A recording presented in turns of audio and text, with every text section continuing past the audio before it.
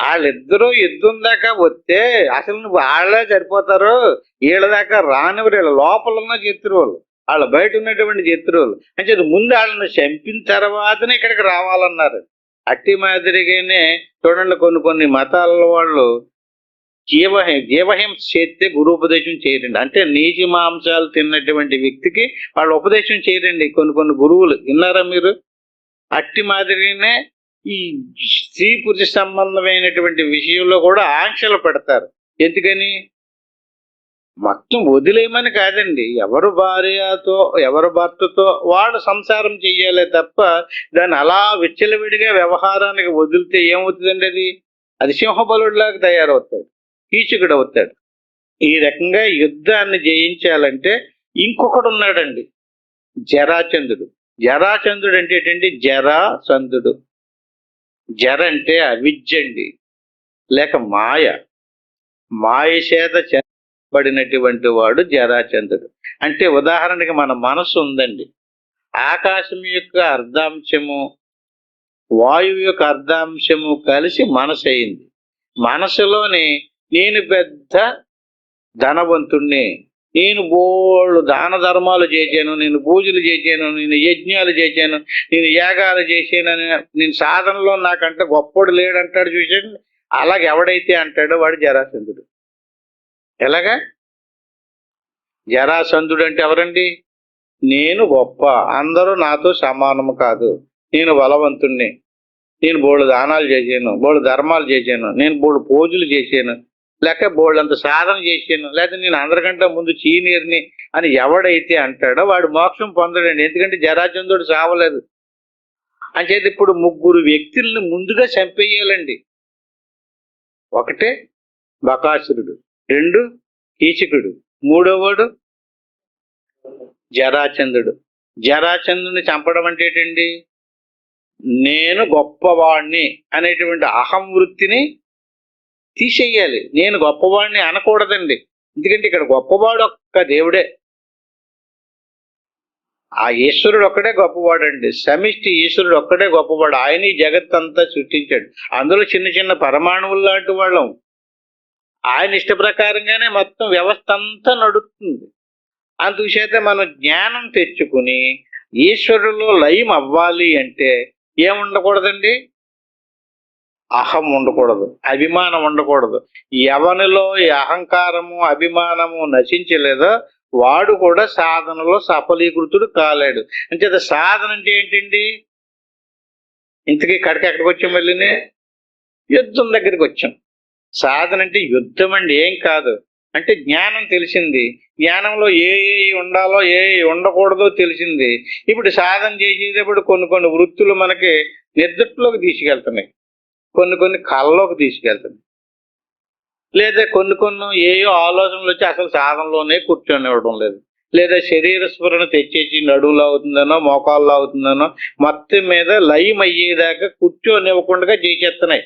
ఆ చేసేసి అన్నీ ఎవరండి? కౌరవ సేన. అంచేత వాళ్ళందరినీ పోగొట్టడానికి వాళ్ళందరినీ లయం చేయటానికి పూనుకున్నటువంటి సేన పాండవులు సమకూర్చున్నటువంటి సేన పాండవ సేన. ఈ రకంగా పాండవ సేన కౌరవ సేన కూడుకుని ఇప్పుడు దాకా ఏం జరిగింది? మనం ఇవన్నీ భీష్ముడు అంటే ఏటో, ద్రోణుడు అంటే ఏటో, అశ్వత్థామ అంటే ఎవడో అని అంతరార్థాలు చెప్పుకుంటూ వచ్చామండి. మళ్ళీ ఇప్పుడు కూడా అయ్యే చెప్పుకోవడం కుదరదు కదా. అంచేది ఈ రకంగా వాళ్ళందరూ ఎవరెవరా వృత్తులన్నీ ఏంటి అన్నీ తెలిసిన ఆ రకంగా కూడి వీళ్ళందరూ కూడా తస్య సంజయనార్షం గురువృద్ధ పితామహ సింహనాథం వినోద్యొచ్య శంఖం దద్మో ప్రతాపవాన్. రకంగా వాళ్ళ దగ్గర ఉన్నటువంటి ఆయుధాలను తథా శంఖాచ భేద్యచ పణవాణక గోముఖ సహస్తైవాభ్యహన్యంత సశబ్ద తుములో భవతు తత శ్వేతైర్యుక్తే మహతి స్వందనే స్థితో మాధవ పాండవశైవ దివ్యో శంఖో ప్రదద్మతు. వీరి దగ్గర ఉన్నటువంటి ఆయుధాలని ఊదేరు, అంటే యుద్ధానికి తలపడ్డారన్నమాట అండి. ఎవరి మట్టికి వాళ్లే. దాన్ని ఈ కౌరవ సేన వైపు నుంచి శంఖాలు బేరీలు మోగించారండి. అవతల పక్షం నుంచి కూడా మేము రెడీ అంటే మేము రెడీ అని వాయించారు. సరే, ఇప్పుడు ఈ వాయిద్యాలు అంటే ఏంటో చూద్దారండి. మధుయతే శత్రునితి మాధవ, దున్ కంపనే శత్రువును, శత్రువులను మధుయతే కంపింపచేయువాడు ఇది కనుక మాధవ. శత్రువులను కంపింపజేసేవాడు, భయపెట్టేవాడు. ఆయన చూడగానే శత్రువులు భయపడతారటండి. మాధవుడు మహాకారణమునందుల ఈశ్వరుడే శ్రీకృష్ణుడు.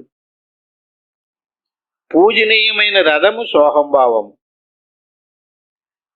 అనగా మౌనముగా శ్వాసపై నిఘా ఉంచుటే సోహంభావం. కారణమునందుల జీవుడే అర్జునుడు. శుద్ధ సాత్విక వృత్తులే తెల్లని గుర్రములు. శమయంతి దుఃఖమితి శంఖం, శము ఉపశమే దుఃఖం, దుఃఖమును శమయతి శమింపచేయునిది కనుక శంఖం. శంఖము దివ్యం మహావ్యవహారములందు జయింపదగిన సత్యము. ఇటు సత్యముతో కూడి దుఃఖోపశమన మొనర్పదగిన శంఖమును పూరించిరి. అయతి గచ్చతి ఇది అహయ, అయగతో అయతి గచ్చతి శీఘ్రముగా పోవునదీతి కనుక అయహ అయము. శ్వయతి వర్ధతే మనో అస్మిన్నితి శ్వేత, టో అశ్వగతి వృద్ధ్యోహో అస్మిన్ దీని ఎందు మనః మనసు శ్వయతి వర్ధతే వృద్ధు నొందును కనుక శ్వేత శ్వేతము. శుద్ధ సాత్వికమును చేతవర్ణముగా శృతులందు చెప్పబడినది. శుద్ధ సాత్వికమునందే మనసు వృద్ధి నొందును. వేగముగా పోవునవి వృత్తులు. శుద్ధ సాత్విక వృత్తులే తెల్లని గుర్రములు. శుద్ధ సాత్విక వృత్తులు స్వే హయములు. అహం బ్రహ్మస్మి వృత్తికు 3వ సోపాన ప్రకారము పూజ్యరథము జీవేశ అర్జునులు కృష్ణులు.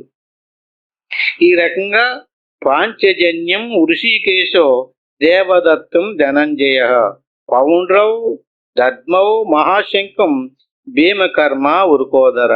ఇప్పుడు పాండవుల పక్షంలో ఉన్నటువంటి వీళ్ళు వాళ్ళ బోరలు ఊదేరండి. ఇప్పుడు పాండవులు ఊదినటువంటి వాళ్ళ బోరల పేర్లు చెప్తున్నారండి.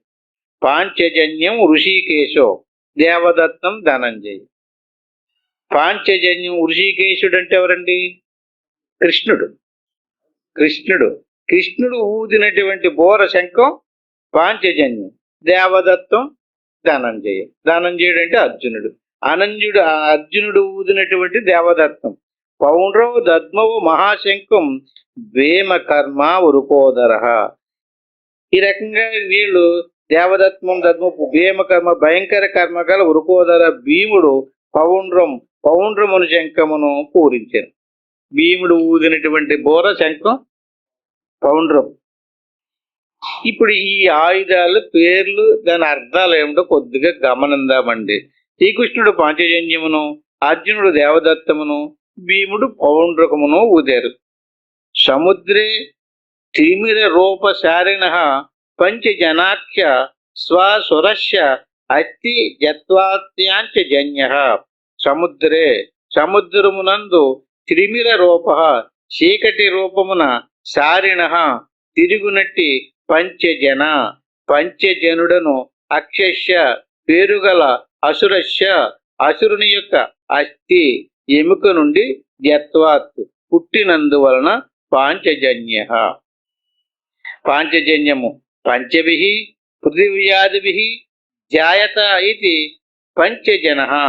పంచభిః 5 పృథివ్యాదిభిః పృథివ్యా తేజోవాయురాకాశముల నుండి, అంటే ఆకాశము వాయువు అగ్ని జలము భూమి 5 పృథివ్యాది తేజోవాయురాకాశం నుండి జాయితే పుట్టినవాడు. ఇది కనుక పంచజన. అంటే పంచభూతాల చేత పుట్టినవాడు పేరు పంచజనుడు. సంకల్ప నిర్మిత సంసార సాగరమునందు అజ్ఞాన తిమిర రూపముచే సంచరించునట్టియు, పంచభూతములచే జనించినట్టియు స్థూల శరీరమనడి పంచజనుడును రాక్షసుడు బ్రహ్మదండి అనడి దీర్ఘాస్తి నుండి పుట్టిన శబ్ద బ్రహ్మమే పాంచజన్యము. దివ్యంతీతి దేవా దివి క్రీడాదావ్. దివ్యంతి క్రీడించువారు. ఇది కనుక దేవాహ దేవతలు. సోహంభావముచే క్రీడించువారు దేవతలు. ఇది దేవతలచే నియ్యబడిన బోధ దేవదత్తం. పాంచజన్యం అంటే ఏంటండి? శరీరం. పంచభూతాల చేత తయారైనటువంటి శరీరం. దేవదత్తం అంటే బోధ, అంటే జ్ఞానబోధ. ఈయన ఏమి ఊదాడండి? ఇతను ఏం ఆలకించాడో దానికి సంబంధించినటువంటి శాస్త్ర ప్రమాణాన్ని, ఆ శాస్త్ర జ్ఞానాన్ని ఇతను పట్టుకుని ఊదాడు. ఈయన ఈ దేనితోటి నిలబడాలంటే సాధనకి శరీరం. ఈ శరీరంతో ఈయన ఊదాడు. వాయువు నుండి మూర్ధం వరకు గల బ్రహ్మదండ నుండి వెలువడు బ్రహ్మబోధ పాంచజన్య రవము కృష్ణుడిది. ఈశ్వర శబ్దముకు వేద పాంచజన్య ధ్యానము త్రిలోక సంబంధి శ్రవణమొన్నొచ్చుచు సందేహములను తీర్చుకొనుచు నభూర్తి కాబోవు స్థూల శరీర భూలోక సంబంధ శబ్ద సంకల్పములు దేవదత్త రావము. కౌరవ పాండవ చేనలకు అందరకు వినబడున్నది దేవదత్త శంకారావం అర్జునుడిది. జనులకెల్లా శుభము సాంఖ్యము. పుణ శుభ కర్మణి పుణతీతి పుండ్రహ. పుణతి శుభమును కలిగించున్నది ఇది పుండ్రహ. పౌండ్ర సంబంధిని పౌండ్రము. భీమ పూజనీయ శంఖము. ప్రాణాపాన ద్వంద్వరహిత కైవల్యప్రద సహజ కుంభకమే పౌండ్రము. ఇది భీమునిది. అనంత విజయం రాజా కుంతీపుత్రో యుధిష్ఠిరః నకులస్య సహదేవస్య సుఘోషమణి పుష్పకౌ. కుంతీపుత్రుడైన యుధిష్ఠిరః యుద్ధమునందు స్థిరముగా నిలిచినట్టి రాజా ధర్మరాజు. అనంత విజయం, అనంత విజయమైన పేరు గల శంఖమును దద్మౌ పూరించెను. నకులుడును సహదేవస్య సహదేవుడును సుఘోష మణిపుష్పకములనటి శంఖములను ప్రదద్మతు పూరించిరి. ధర్మరాజు అనంత విజయమును శంఖమును, సుఘోషమును సహదేవుడును, మణిపుష్పకమును పూరించిరి. దేని చేత శబ్దింతరో అది కుంతి. తెలిసిన ఎరుకు చేత బోధింపగా పుట్టిన అనుభవ జ్ఞానమే కుంతి పుత్రుడు. ఏంటండి మరొకసారి? కుంతి అంటే ఎవరండి? దేని చేత శబ్దింతురో అది కుంతి. తెలిసిన ఎరుకు చేత బోధింపగా పుట్టిన అనుభవ జ్ఞానమే పాండవులు. ఏమన్నా అర్థమైందా? పాండవులు ఎవరన్నా ఇంతకైనా అనుభవపూర్వకంగా తెలిసినటువంటి ఎరుకు ద్వారా పుట్టినటువంటి వాడు అనుభవ జ్ఞానమే కుంతిపుత్రుడు. జ్ఞాన యుద్ధమునందు స్థిరముగా నిలిచివాడు ధర్మరాజు.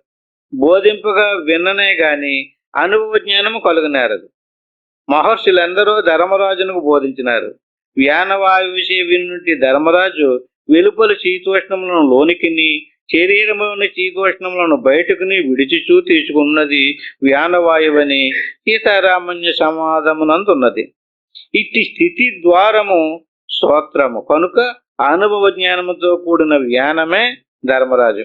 అనంత నాశనము లేని విజయము ఈ యుధిష్ఠిరుడు శాశ్వత విజయమనుడి శంఖము ఊదెను. దేవవైద్యులకు అశ్విని దేవతల సుతులు నకుల సహదేవులు. గ్రాణమున కది దేవత అశ్వినులు. వీరు కవల పుత్రులు. ప్రాణమే నకులుడు, అపానమే సహదేవుడు. ప్రాణము ఉద్గాతయని అంతర్యాగమునున్నది. సామవేదముని దేవతలను గట్టిగా స్తోత్రము చేయువాడు ఉద్గాత. శుభమైన మ్రోత మురోయినది సుఘోషము. మన్యత ఇది మణి. మన్యత శబ్దించున్నది ఇది కనుక మణి శబ్దించున్నది మణి. పుష్పకము కుంపటి. అపాన వాయువు శ్వాసను పూరించును. పూరింపబడిన వాయువు లోపల విష్ణుముతో కూడుకుని శబ్దముల వంటి కుంపటి యగును. ప్రాణవాయువు ఘోషించును. అపానము సహదేవుడు. శబ్దించుటికై లోపల విష్ణుత్వమును మిశ్రమై ఉండునదియే మణిపుష్పకము. ప్రాణమునకు ఆపోస్థానము, అపానమునకు పృథివీస్థానము. సమాన వాయువు అర్జునుడును. కారణమునకు నిద్రకును అగ్నిస్థానము.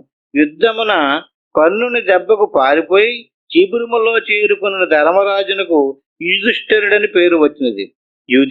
యుద్ధమునందు స్థిరుడు, కృతముగా నిలిచివాడు ఆయనడి బిరుదు కలదు. బాహ్యార్థమునే తీసుకునిచో కుదరదు కదా.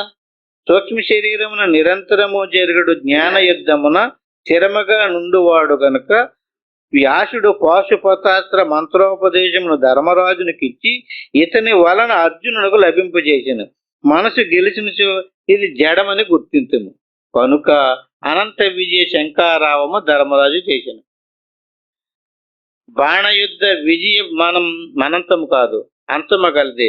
జ్ఞానయుద్ధ విజయమే అనంత విజయము. మణి అనగా శబ్దించున్నది అని ఉత్పత్తి యొక్క అర్థము. పుష్పకము కుంపటి, పూరకం అపాన వృత్తి. పూరించిన వాయువు శబ్దించుటకు అనుకూలముగా వెచ్చనగను. సహదేవుడు దేవునితో కూడా నుండువాడు. పూరించిన వాయువు కైవల్యతానమునందుల బ్రహ్మమును స్పర్శించుడిచే సహదేవత్వము దీనికి కలిగెను. అట్లు వెచ్చనైన వాయువును తీసుకుని ప్రాణవాయువు ఘోషించును. సుఘోష శంఖము నక్కున్నది. ప్రాణాపానములు కవలలు అంటే ద్వంద్వములు. కాశ్యస్య పరమేశ్వాస శిఖండీశ మహారథ దృష్టద్యుమ్నో విరాటస్య సాత్యకిత్య పరాజితః. పరమేశ్వాస శ్రేష్టమైన ధనుస్సు గల కాశ్యస్య కాశీరాజు మహారథ మహారాజుడగు శిఖండీశ శిఖండయును దృష్టద్యుమ్న దృష్టద్యుమ్నుడును విరాటస్య విరాటుడును అపరాజిత జయింప నిశ్చయించు చార్చికిచ్చ చార్చికయును శంఖాన్ శంఖములను ప్రదద్మతు పూరించిరి. కాశీరాజును చికండి దుష్టద్యుమ్న విరాట చార్చికులను శంఖములు పూరించిరి. ఎవరెవరి వృత్తులు ఎందు వారు నిమగ్నమైరి అని అర్థము. కాశీరాజు దుష్టద్యుమ్న విరాట సాత్వికి ద్రౌపదేయ సౌభద్ర వృత్తులను ఇంతకు ముందే మనం అంతరార్థంలో చెప్పుకోవడం జరిగింది. ఇంకా అక్కడికి వెళ్ళొద్దు. ఇక శిఖ బీర జాగే దీయతే చలతీతి శిఖండిహి డీజ్ విహాయ సాగతో శిఖాభి అగ్రభాగే కొనభాగములచే డీయతే చలచ్చే కదులునది ఇది శిఖండి. బహిరంతక కుంభక లేఖత్వముల సహజ కుంభకం ఏర్పడినప్పుడు రేచక పూరకముల కొనలు 10 అంగుళమునకు కూడా తక్కువగా ఆడునట్టి స్థితి శిఖండి. ఇటు బ్రహ్మానందము నొందు వరకు శ్రవణము చేయుచునే ఉండవలను. చేయుచుండగా ప్రకృతి సంబంధి కనుక స్త్రీ ఆత్మానుభవము నుండి శ్రవణ బలముచే బోధించు శక్తి కలిగినప్పుడు పురుషుడు. ఇట్టి పురుషత్వముచే మోక్షమనుడి భీష్ముడు సైతమే మిజ్జేయని నిశ్చయమగను. ఇదే భీష్మవద హేతువు.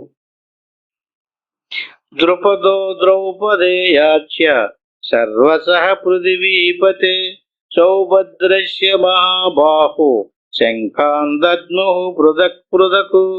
పృథివీపతే ధృతరాష్ట్ర ద్రుపదస్య ద్రుపదుడును ద్రౌపదేయాచ ద్రౌపది తనయులను మహాబాహు దీర్ఘబాహుడైన సౌభద్రశ అభిమన్యుడును సర్వస యోధులందరూ పృథక్ పృథక్కు వేరువేరుగా శంఖములను దద్ముహు పూరించింది.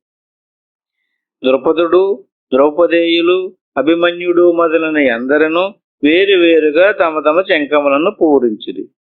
సఘోషోదాత్త రాష్ట్రాణం హృదయాని వ్యధారయతు నభశ్య పృథివీం చైవ తుములో వెనునాధయను.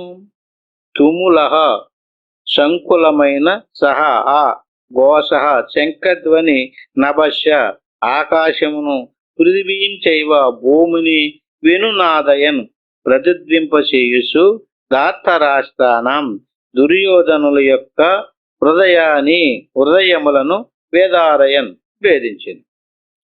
పాండవ సైన్యం నుండి బయలువెడలిన శంఖారావములను భూమి ఆకాశం నుండిన దుర్యోధనాదుల హృదయములను భేదించను. కౌరవసేన నుండి వచ్చిన సింహనాద శబ్దములు తుములములయ్యను. అంతే పాండవ సేన నుండి వెలువడిన శంఖనాదాది ధ్వనులు మలిన జీవుడకు దుష్టరాష్ట్ర సంబంధుల హృదయములు పగులు కొట్టెను. కర్మోపాసనాకాండలు నమ్ముకొనిన విశిష్ట వృత్తులు జ్ఞానబోధ వినునిసు శిథిలములగును. అదవ్యవస్థితాన్ దృష్ట్వా దాతరాష్ట్రాన్ కపిధ్వజః ప్రవృత్తే శస్త్ర సంపాదే ధనురుజ్యమ్య పాండవః ఋషికేశం తదా వాక్యం మిదమాహ మహీపతే.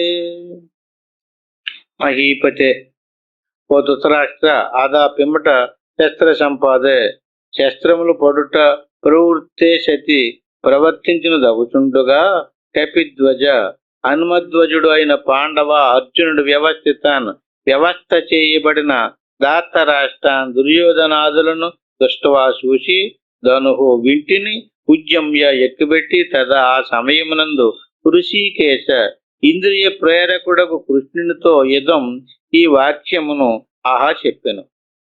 అంతలో శస్త్రములు పడుచుండగా అర్జునుడు దుర్యోధనాదులను చూచి ధనుసు నెక్కిబెట్టి ఆ సమయమున శ్రీకృష్ణునితో ఇట్లు చెప్పాను. వ్యవస్థ శాస్త్రములచే నిరూపింపబడిన నియమము. వ్యవస్థితులు శాస్త్ర నిరూపిత నియమములను చేయబడిన వారు. దుర్యోధనాదులు ఇట్టువారు. ఈ వ్యవస్థిత శబ్ద ప్రకారము చూచినచో హింసాన్మతి యుద్ధము కాదనియు జ్ఞాన యుద్ధమనియు స్పష్టముగా తెలియచున్నది. కంపతే చలతీతి కపిహి కపి చలనే కంపతే చలతి చలించినది కపి ఎప్పుడునూ చలించినట్టి శ్వేతయే అర్జునుని కపికేతనం. సంకల్ప కొండల్ని శ్వేస హనుమలు చలనమే హనుమంతుడు. వ్యవస్థ శాస్త్ర నిరూపిత నియమము వ్యవస్థితులు. ఇట్టి నియమము గల విశిష్టులు దుర్యోధనాదులు. కంపతే చలతీతి కపిహి కపి చలనమే కంపతే చలతి చలించినది కపిధ్వజుడు చలించినట్టి కేతనము గలవాడు. సంకల్ప కుండని శ్వేత సహాయముచే చలనముచే హనుమంతుడు కపి. అర్జున బభాష సేనయోరుభయోర్మధ్యే రథం స్థాపయమే అచ్యుత. అర్జున బభాష అర్జునుడు చెప్పాను, ఓ కృష్ణ, ఉభయో రెండైన సేనల యొక్క మధ్యమునందు నా యొక్క రథమును స్థాపైతే నిలుపుము. అర్జునుడు ఇట్లు చెప్పాను. శుద్ధ మలిన సాత్విక వృత్తులు పోరాటం ఆరంభము కాగానే కారణ శరీరస్థ సమాన వాయురూప జీవార్జునుడు మహాకారణేశ్వరుడకు కృష్ణునితో ద్వంద్వములకు రెండు చేనల నడుమ మన రథమును నిలుపుమనెను. ఏవదేతాన్ నిరీక్షేహం యోద్ధుకామానవస్థితాన్ కర్మయో సహయోద్ధవ్యం అస్మిన్ రణ సముద్యమే. అస్మిన్ ఈ రణ సముద్రమే యుద్ధ ప్రయత్నమునందు కైసహ ఎవరితో కూడా మయా నా చేత యోద్ధవ్యం యుద్ధము చేయదగినది అహం నేను యోద్ధు కామాన్ యుద్ధమునందు కోరిక గలవారై అవస్థిత నిలిచియున్న ఏతాన్ ఈ ధార్తరాష్ట్రాహ దుర్యోధనాదులను యావత్ ఎంత దూరము నుండి నిరీక్షే చూడగలను తావత్ అంత దూరమున రథం తాపయ నిలుపుము. దృశ్యములకు ఆత్మ అనాత్మాకార వృత్తులను సాక్షిగా చూచుటకు అనుకూలముకు కైవల్య స్థానమున మన రథమును నిలుపును. సో జ్ఞాన యుద్ధము నుండి ఎనుకకు నీడ్చు వృత్తులను అనాత్మాకార వృత్తులను తుడిచివేయు యుద్ధమును గమనింపవలసి ఉన్నది. సంకల్ప నిర్మిత ప్రాతిభాషిక వృత్తులచే నిజమని నమ్మి మనసునకు హితమొనరించు వృత్తులను దృశ్యములని సాక్షిగా చూచు చోటున మన రథము నిలుపము అని అర్జునుడు జీవుడు ఉద్దేశము. యోక్ష్యమానమేకేహం ఏతేత్ర సమాగతాః ధార్తరాష్ట్రాస్య దుర్బుద్ధే వృద్ధ్యే ప్రియ చికీర్షవః.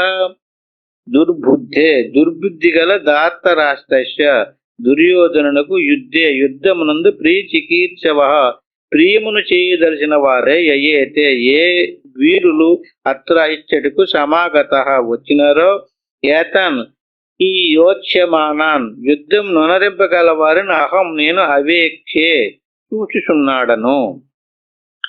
దుర్బుద్ధి గల దుర్యోధనునకు ప్రియము నొనరించు కోరిక గలవారై యుద్ధమునకు ఎవరు వచ్చినారో వారిని చూచుదును.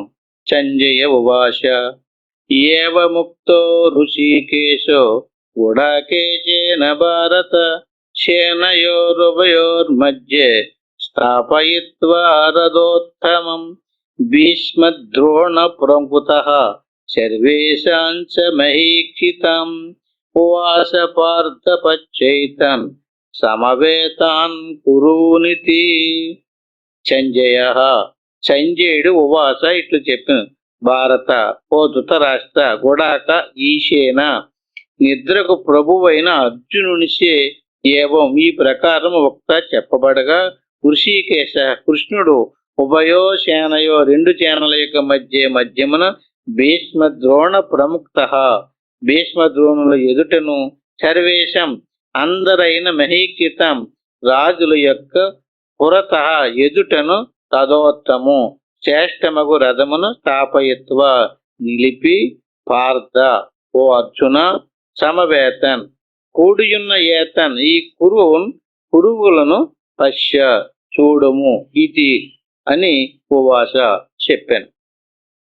సంజయుడు చెప్పుచున్నాడు, ఓ ధృతరాష్ట్ర, అర్జునుడు పలుకుగా కృష్ణుడు రెండు సేనల మధ్య ప్రదేశమున భీష్మ ద్రోణాదుల యొక్క రాజుల యొక్కయు ఎదుట రథమును నిలిపి ఈ కూడిన కురువులను చూడుమని చెప్పెను. పశ్చి తత్రావస్థితాన్ పార్థ పితృనద పితామహన్ ఆచార్యాన్ మాతులాన్ భాతృన్ పుత్రాన్ పౌత్రాన్ సఖీన్ తదా శుశురాన్ సుహృద్దచ్చైవ సేనయోరుభయోరపి. అదా పిమ్మట తత్ర అచ్చట పార్థ అర్జునుడు ఉభయో సేనయో అపి రెండు సైన్యములను తితాన ఉన్నట్టి పితృన్ పినతండ్రులను పెద్ద తండ్రులను పితామహాన్ పితామహులను ఆచార్యన్ ఆచార్యులను మాతులన్ మేనలను భాతృన్ అన్నదమ్ములను పుత్రాన్ పుత్రులను పౌత్రాన్ మనుములను సఖీన్ స్నేహితులను తదా ఆ ప్రకారమే శ్వేషురాన్ భార్య యొక్క తండ్రులను సుహృద ఉపకారము నొరనించిన వాని అపశ్యత్ చూశాను. శ్రీకృష్ణుడు రథమును నిలిపిన పిమ్మట అర్జునుడు రెండు సేనలందును పినతండ్రి పెద్ద తండ్రులను తాతలను ఆచార్యులను మేనమామలను అన్నదమ్ములను కుమారులను మనుమలను మిత్రులను బిడ్డనిచ్చిన మామగారిని ఉపకారం అనర్చిన వారినే చూశాను. సమాన వాయు స్వరూప జీవునికి అందరూ సంబంధులే. గుడాకము నిద్ర, పురుషీకము ఇంద్రియము, యథార్థము నిరుగనితనమే నిద్ర. ఇంద్రియ ప్రేరకుడు కృష్ణుడు. సహజ కుంభక స్థానముకు నుదాన వాయు స్థానమున రథమును నిలుపుగా అజ్ఞాని అయిన అర్జునుడు మరణ శుద్ధ శాత్విక వృత్తులను తన బంధువులను గుర్తించినాడు. విచిత్ర వీరి శృతులకు ధృతరాష్ట్రాదులను సోమదత్త శుద్ధ భూరీశ్రవాదులను నర్జునులకు పితృతుల్యులు. మనోరాజ్యదారి విస్తార శ్రవణ సమాధియుక్తత్వములందు ఉత్తుల అర్జునుడకు జీవునకు తండ్రులు. చెంతన శుద్ధ భీష్మాదులను బలాయిక శుద్ధ సోమదత్వాదులను పితామహులు. మోక్షమును సోమ చంద్రుడకు మనస్సుచే దత్తుడు ఇవ్వబడిన నావరణ శక్తియు జీవ పితామహులు.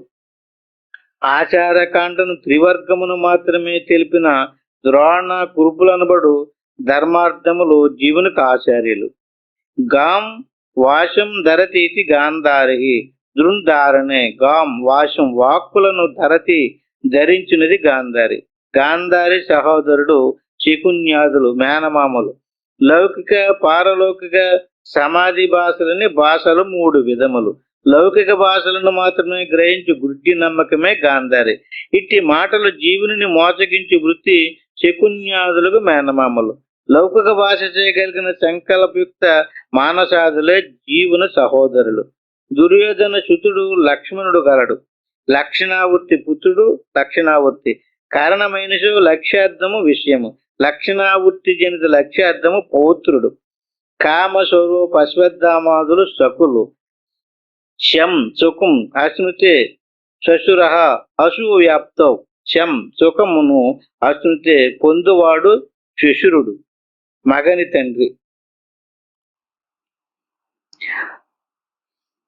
శశురుడు ఆలి తండ్రి. దేవు నుండి ఆనందం అనుభవించే విషయములను ఆనందం అనుభవించితమైనడు భ్రమయే దుర్యోధనుల భార్య తండ్రులు. అర్జును రహితము గోరు నర్దము గోరు నర్దనముకు గొపాచార్యాదులు సహృదులు. యథార్థ జ్ఞానములేని గుడాకేశార్జునుని సంబంధులు. గుడాకేశత్వం పోయి శుద్ధ జీవత్వము లభించినప్పుడు పాండవ సేనలోని వారు శుద్ధ జీవ సంబంధులగుదురు. తాన్ సమీక్ష కౌంతేయ సర్వాన్ బంధూనవస్థితాన్ పూర్వయా పరయా విష్ణు విషీదన్నిదమప్రభేత్. కౌంతేయ, కుంతీపుత్రుడైన సహా ఆ అర్జునుడు అవస్థితాన్ యుద్ధరంగమునందున్న తాన్ ఆ సర్వాన్ సర్వులకు బంధువులను సమీక్ష చూసి పరయ గొప్పదగు కృపచేత అవిష్యన్న ఆవేశమునొందినవాడే విషీదన్ విషాదమునొందుచు ఇదం ఈ వాక్యమును అబ్రవీత్ చెప్పాను. అపరాధ ధన అన్యాదులచే ఉపాయము తోచక మనసును కలిగడి భేదము.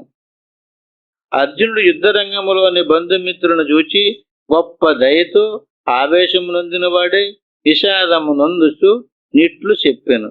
అర్జున ఉవాచ దృష్టివేమం స్వజనం కృష్ణ యుచ్చుం చమువస్థితం ఛేదంతి మమ గాత్రాణి ముఖంచ పరిశుష్యతి వేపదుష్య శరీరే మే రోమహర్షజాయతే.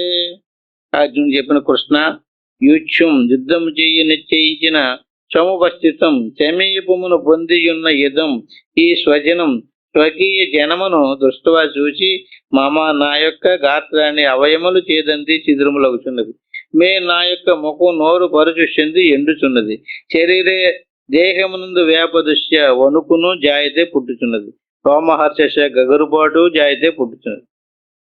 యుద్ధము చేయగురి సమీపించిన ఆ స్వజనమును చూచి నా అవయములు శిథిలములగుచున్నవి. నోరు ఎండిపోవచున్నది. దేహము వణుకుచున్నది. రోమాంచమగుచున్నది. జ్ఞాన యుద్ధమున ఆచారములను బ్రహ్మనిష్టానుద శుద్ధ జాతి వృత్తులను నశించును.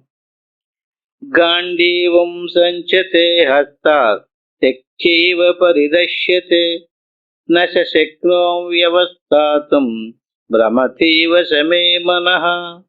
మే నా యొక్క గాంధీవము హస్తాత్ హస్తము నుండి స్రంచతే జారసున్నది. తెక్షైవ చర్మమును పరిదశ్యతే అంతటా దహింపబడుతున్నది. మే నా యొక్క మనస్సు భ్రమతీవశ భ్రమించుచున్న దాని వలె నున్నది. తస్తాత్ అందువలన అవస్థాతం రథం మీద ఉండుటకు నశ శక్నోమి సమర్థుడును గాను. గాంధీవము చేతి నుండి జారిపోతున్నది. చర్మము దహింపబడుచున్నది. నా మనసు భ్రమించుచున్నట్లు రథము మీద నుండుట శక్తి లేక ఉన్నాను. గాంధీకృతం అసక్షీణకృతం పర్యవస్థానమస్యేది గాంధీవ. అస్య దీనికి గాంధీకృతం అశ్ల క్షీణత నునుపుగా చేయబడని పర్వస్థానం కణుపులు గల చోటు గలది. ఇది కనుక గాంధీవం నునుపుగా చేయబడని కణుపులు గలది గాంధీవం. ఇది ఎప్పుడునూ బుసకొట్టుచుంటునని విరాట పర్వమునందు బ్రహ్మ నిర్వాణమని ఆది పర్వమునందును ఉన్నది. శ్వాసను చీల్చి విడిచిచుండు శక్తియే గాంధీవం. పూరించి అంతఃకొంబకము కావించినప్పుడు రేచించుడికి ఏది తల్లడిల్లునో అట్లే రేచించి బహికుంభక మరణించినప్పుడు పూరించుడికి ఏది తల్లడిల్లునో అది ఏ గాంధీవము. నిమిత్తాని చ పశ్యామి విపరీతాని కేశవ నచ శ్రేయో అనుపశ్యామి అత్వా స్వజనమావహే. కేశవ, ఓ కృష్ణ, విపరీతములైనటువంటి నిమిత్తాన్ని కారణములను పశ్చామి చూచుచున్నాను. అహవే యుద్ధమునందు స్వజనమును అత్వా చంపి అను పిమ్మట శ్రేయస్సును నపశ్యామి చూడలేము. కృష్ణ, విపరీతములైన కారణములను చూచున్నాను. యుద్ధమునందు నా జనమును చంపిన పిమ్మట శ్రేయస్సును చూడలేను. విపరీతము వ్యవస్థస్థము ఆచారకాండయును శుద్ధ సాత్విక బ్రహ్మాకార బుద్ధులను నశించిన పిమ్మట నేను మాత్రం నశించిన అవతల మోక్ష మార్గము కూడా నేను చూడలేను. ఇదేమో చిత్రముగానున్నది అని అర్జునుడు భ్రాంతితో చెప్పెను.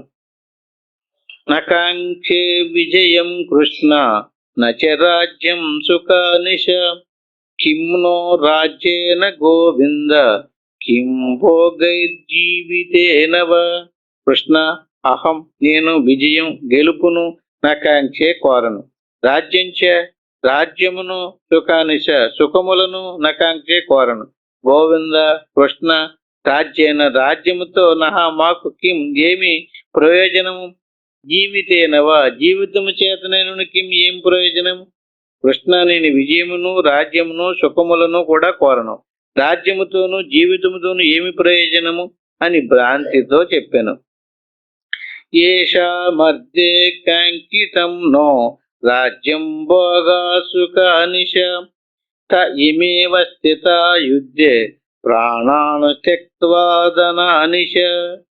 ఏషా మర్దే, ఎవరి కొరకు, నహ మా వలన, రాజ్యము కాంక్షితం కోరబడునో, భోగాచ్య భోగములను, సుఖానిశ సుఖములను, కాంక్షితాన్ని కోరబడినవో, త ఇమే అట్టి వీరందరూ, ప్రాణాంశ ప్రాణములను, ధనాంశ ధనములను, త్యక్త్వా విడిచి, యుద్ధమునందు అవస్థిత ఉన్నారు.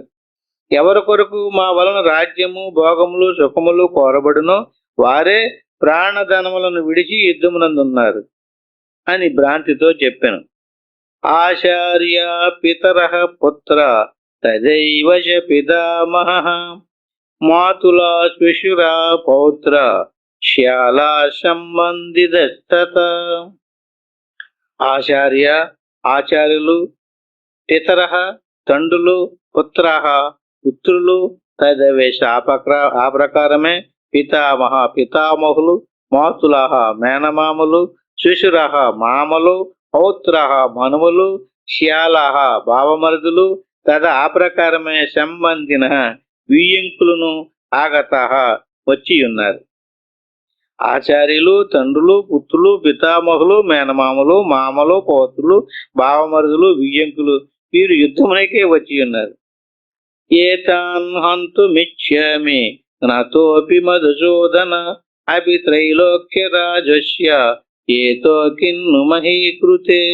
మధుసూదన, కృష్ణ, నతోపి నన్ను సంహరించినప్పటికీ, ఏతాన్ని విని త్రైలోక్య రాజస్య ముజ్జగముల రాజ్యం యొక్క ఏతోరపి కారణం వలనైనను అంతం చంపడుకు నేర్చామి కోరను. మహీకృతే భూరాజ్యం కొరకు కిన్ ఏమి చెప్పవలను. కృష్ణ, దుర్యోధనాదులు నన్ను సంహరించినను, నేను వారిని చంపినచు ముజ్జగముల పరిపాలనం లభించినను తెలిసినను చంపను. ఇట్లుండగా భూలోక రాజ్యమునకి నేను వారిని చంపనని వేరుగా చెప్పవలెనా అని భ్రాంతితోడి మాటలు చెప్పాను.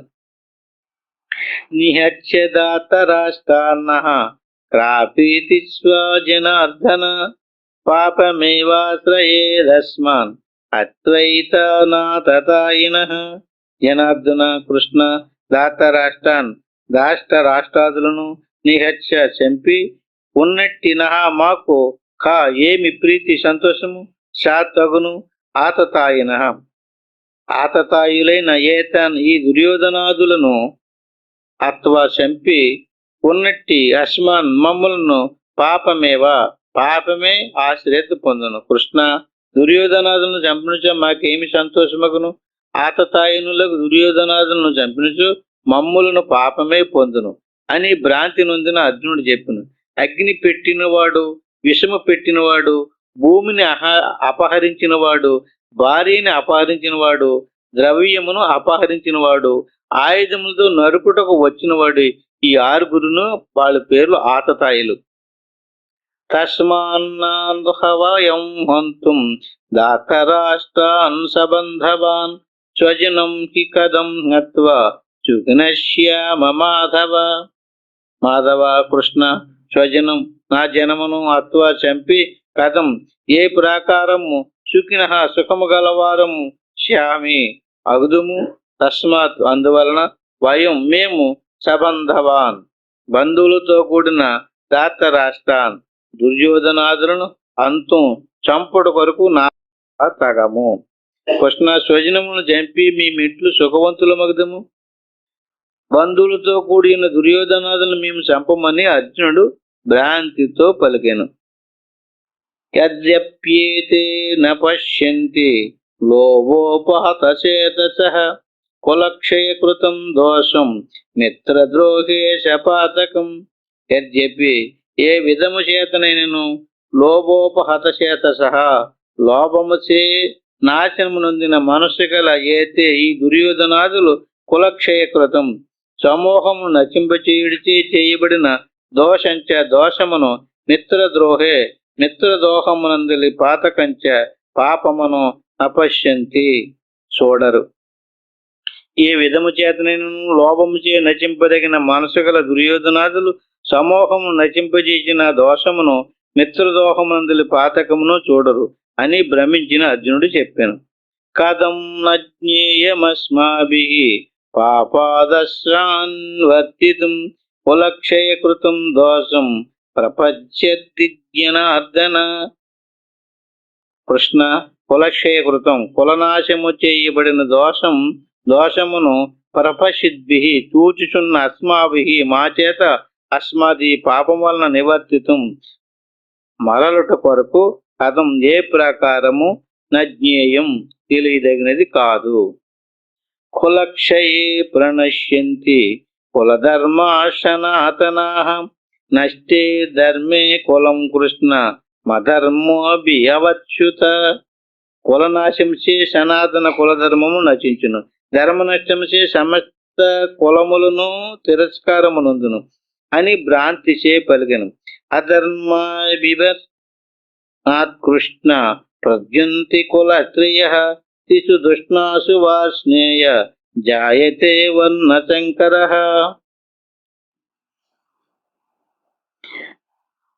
కృష్ణ, అధర్మముచే తిరస్కారము కలుగుట వలన కుల స్త్రీలు చెడిపోవదురు, అందువలన వర్ణశంకరము అని బ్రహ్మవచనములు పలికెను. శంకరో నరకాయైవ కులజ్ఞానాం కులస్య పతంతి పితరో యేషాం లుప్తపిండోదక క్రియాః. కృష్ణ, ఎవరైతే కులమును నశింపజేసి శంకరమును కలిగించినారో వారు నరకమును అనుభవించరు. కుల సంబంధ పితృదేవతలు లుప్త పిండోదక క్రియను గలవారే పడిపోవస్తున్నారు అని అర్జునుడు బ్రహ్మచేత పలికెను.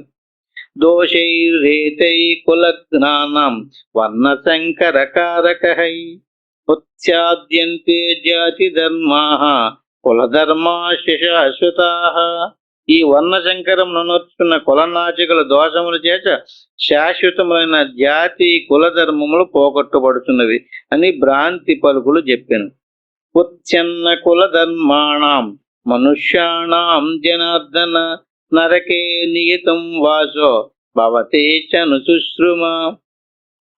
కులధర్మమును ఎవరు నచింపజేయుదురో వారు ఎల్లప్పుడూ నరకమునందు నివసింతురు వినుచున్నామని భ్రమ నొందిన అర్జునుడు పలికెను. అహోబత మహోత్పాపం వక్తుం వ్యవతితా వయం యద్రాజ్య సుఖలోభేన అంతం త్వజినముధ్యత. మేము రాజ్య సుఖ లోభముల శ్వేత త్వజిన సంహారమునకు పూనుకొంటిమి కటకట అయ్యో అని భ్రాంతి నొందిన అర్జునుడు పలికెను. యది మామ ప్రతీకార మశస్త్రం శస్త్రపాణయః దాత్తరాష్ట్రారణే హన్యం తన్మే క్షేమతరం భవేతు. కృష్ణ, ఆయుధములు ధరింపని బదులు కీడు చేయక యోరకున్న నన్ను దుర్యోధనాదులు యుద్ధమునందు చంపిరేని నాకు మిగులు క్షేమం అని అర్జునుడు భ్రాంతి నొందిన పలుకులు పలికెను. మలిన సాత్విక శుద్ధ సాత్విక వృత్తులన్నీ జ్ఞాన యుద్ధములో నశించునని జీవార్జునుడు భావించి దుర్యోధన ధర్మరాజుల సైన్యమును చూసి తన స్థితిని మరిచి వీరి కృపసే నావేశము నొందినవాడే, వీరి సుఖదుఖములే నా సుఖదుఖములు, వీరి యునికియే నా యునికి, వీరి లేనిసో నేను లేననియు, వీరే నేను నేనే వీరిని ఆవేశము నుండి మలిన సాత్విక వృత్తులసే తస్వరూప జ్ఞానమును మరచి సంకల్పాది విక్షేషంసే నపరాధము నుండి బ్రహ్మానంద ధనహానియు ననుభవించి బదులు చేయును ఉపాయము తోషక దుఃఖించుసు. ఓ కృష్ణ, శుద్ధ సాత్విక ప్రకృతి ఉపహిత పరమాత్మ శతి దుఃఖ శశోహో అంతఃకర్మణి దుఃఖమును శతి చెరచునిది స్వహ స్వజన సంబంధవాత్ స్వ తన యొక్క ధన సంచితాది ధనమునకు సంబత్వాదు సంబంధము గలవాడు ఒకటి వలన స్వ సంబంధి జన స్వజన స్వ తన సంబంధము గల జనుడు స్వజనుడు. ఆత్మానాత్మాకార వృత్తులకు ధర్మజ దుర్యోధన సైన్యం అంతయు నా సంబంధులే. నీ నుండిసే నా నుండియే పుట్టినవారు, నాకు సంబంధించిన వారే. జ్ఞాన యుద్ధములు రెండు వృత్తులు లయమైపోయినచో జీవితమే లేదు కదా. ఆవరణ జనితమగు నిట్టి విషాదముచే దిక్కు తోచక కంపము పట్టినది. గాంధీకృతం అశ్లక్షీణకృతం సర్వస్థానమస్యేది గాంధీవ. అస్య దీనికి గాంధీకృతం అశ్లక్షీణకృతం మునుపుగా చేయబడిన పర్వస్థానం కణుపుల గల చోటు గలదు. ఇది కనుక గాంధము.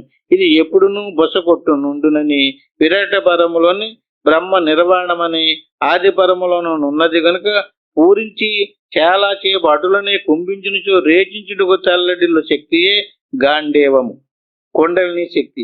అట్లే రేచించి బాహ్య కుంభకన చాలా చేపుంటిమని పూరింప తల్లడినట్లు చేయే శక్తియే గాంధేవము కొండలిని శక్తి. నాకు కలిగిన వికలత్వం వల్ల నా గాంధీవము నా చేతి నుండి జారిపోతున్నది, నా స్వాధీనంలో లేదు.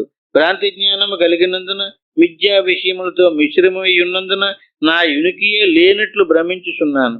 జ్ఞానాజ్ఞాన వృత్తులన్నీ నా సంబంధులే. ఇట్టి వృత్తులను జ్ఞాన యుద్ధమును చంపినచు శ్రీయత ఇది శ్రేయ దీని సేవాయం శ్రీయతే చేయింపబడినది. ఇది శ్రేయస్సు. మోక్షము లేదు. మేలు కలుగుటకు బదులు కీడు కలుగును. కారణము చే భ్రాంతుడనకు నేను చూచుచున్నాను. విజయరాజ్య సుఖ జీవిత కాంక్షి నాకు వలదు. బహిరంతర్ముఖ వృత్తులు లయమైనచు పిమ్మట నేనే ఉండను కదా. నేను లేనప్పుడు ఈ సుఖదుఖాదులు ఎవరికి? ఏ వృత్తులు సుఖపెట్టుడికి రాజ్యకాంక్ష యున్నష వృత్తులే ప్రాణధనములు విడిచి యుద్ధములో నున్నవి, నా ఆత్మ సంబంధులై ఉన్నవి. ఇంద్ర పదవి లభించినను ఆతతాయిలకి మలిన జీవ సంబంధ వృత్తులు సంపను.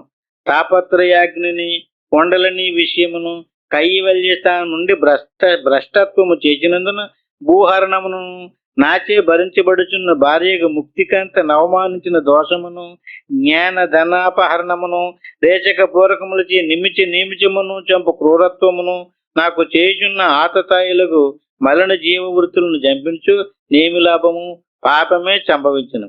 స్వజన్మకు బహిరంతర్ముఖ వృత్తులు చంపినచో సుఖం ఎక్కడి నుండి వచ్చును? మనసినుడి దుర్యోధనికి పరిస్థితి తెలియదేమో.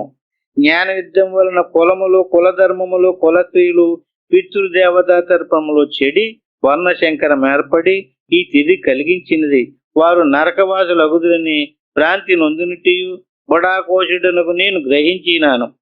మలిన జీవ సంబంధులను పరాగ్దర్శన హేతువులను నాకు బహిర్ముఖ వృత్తులు వచ్చి నన్ను చంపినను సరే నేను వారిని చంపను అని అవిద్యా విశిష్టాంతపు జీవార్జునుడు మాయోపహిత చైతన్య కృష్ణునితో మొరపెట్టుకుని ఏమి చేయుటకు దుఃఖదోషక పాశుపతాస్త్రాదులను ప్రయోగించు సమర్థత గల కొండలిని శక్తి గాంధీవమును ద్రోణిని కపటోపాయములకు కర్మకాండ యందు తుత్తియునులు అనర్చు జ్ఞానాగ్ని జ్వాలయకు నక్షే బాణములను విడిచి జీవార్జునుడు నోరకుండెను.